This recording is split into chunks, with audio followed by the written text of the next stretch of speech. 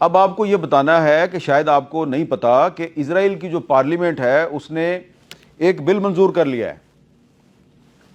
دوبارہ میں آپ کو دی گارڈین کی ایک ہیڈ لائن دکھانا چاہتا ہوں. یہ ہے جی ہیڈ لائن. وہ کیا کہہ رہی ہے؟ Israel's West Bank annexation moves threatening Gaza peace deal says Marco Rubio. کون کہہ رہا ہے؟ ٹرمپ کا سیکرٹری آف اسٹیٹ، ٹرمپ کا وزیر خارجہ.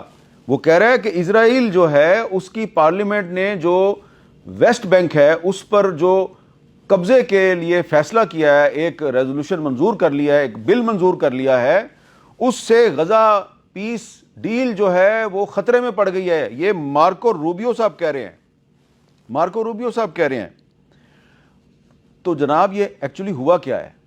یہ ہوا یہ ہے کہ جو دریائے اردن کا مغربی کنارہ ہے اس کو ویسٹ بینک کہا جاتا ہے، اور ویسٹ بینک جو ہے یہ اس فلسطینی ریاست میں شامل ہونا تھا جس فلسطینی ریاست کے قیام کے لیے پاکستان، سعودی عرب، مصر، تمام مسلم ممالک جو ہیں انہوں نے پچھلے دنوں